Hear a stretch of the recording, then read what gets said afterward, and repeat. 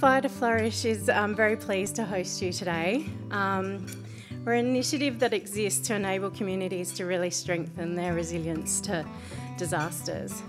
What's clear from the discussion today, and also from the wider learnings that we've been considering over the past few years since the bushfires and now the floods in particular, is that Aboriginal people really have an inherent resilience, a cultural resilience that is undeniable.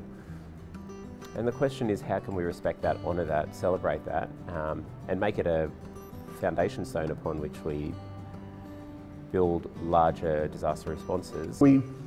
As we've done historically with national disasters and with government, just move on quickly and hope people forget? Or do we actually do something meaningful now and go, this is the way forward, and we invest in communities to be change managers and change leaders? We're reaching a time where if government think that they can manage this all by themselves, they're kind of fooling themselves. When you've got devastation to the land, whether it be through a bushfire, through a flood, through a drought, through a cyclone, through rising sea levels, you're going to have an impact on Aboriginal and Torres Strait Islander people that are inherently connected to those places. Our most at-risk socioeconomic diversity groups are left behind. My ultimate goal is that when we have these major disasters into the future, and history has shown us they're going to come, so we can sit back and go, you know what, let's just wait and be reactive like we've done in the past. We can actually have a plan to go forward, because I'm tired of being reactive. Mitigation, preparedness, they're the things that community are really seeking and really doing. Everybody's starting to really truly understand that when no one can come and help us, the community are the first responders. When no one can get to us, it's us. Because communities have a demonstrated resilience doesn't mean they don't need support. I'm a firm believer now that community-led recovery is the best recovery you can have. And unfortunately, agencies are governed by boundaries, governed by doctrine that say this is the way it should always look. It's wrong. It never looks like that. I've been doing it for 30 years. It's never looked like that. But here we are still locked in this mental framework of saying this is the way it should look.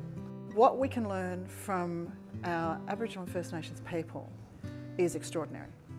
That connection to country, sharing and being able to read country. If people could have read country better with the flood, things would have been different. But they listened to a government, they listened to an organisation that said, don't worry, the rain's not going to hit here.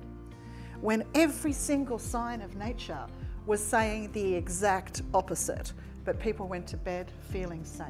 These relationships take time, they take consistency, and they're built on a foundation of relationships and of kindness and of respect and of getting out and meeting people and sitting down with them. And that's apparently never anyone's job. I think the flood showed us more than ever the willingness of community, of citizens, to just go for it. Not to wait to be told, but just to go for it. How cool would it be if they went with it with more confidence and more skills?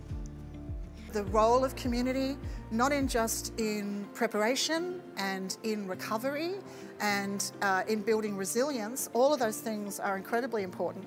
But this new world of community participatory funding, that's where the action is really happening at the moment. This is where we're going to see massive transformation in the future, and I can't wait for this to be an everyday occurrence. Conversations like today put out really solid invitations on things we can do.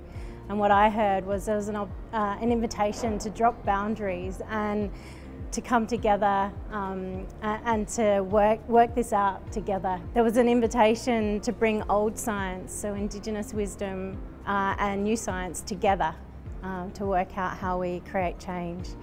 And there was an invitation for national responses, but from the ground up. My brother, who I work with at ANU, Brad Mogridge, he always talks about engagement, engagement, engagement. And it's like, well, Aboriginal people are sick of being engaged. We actually want to get married. So we had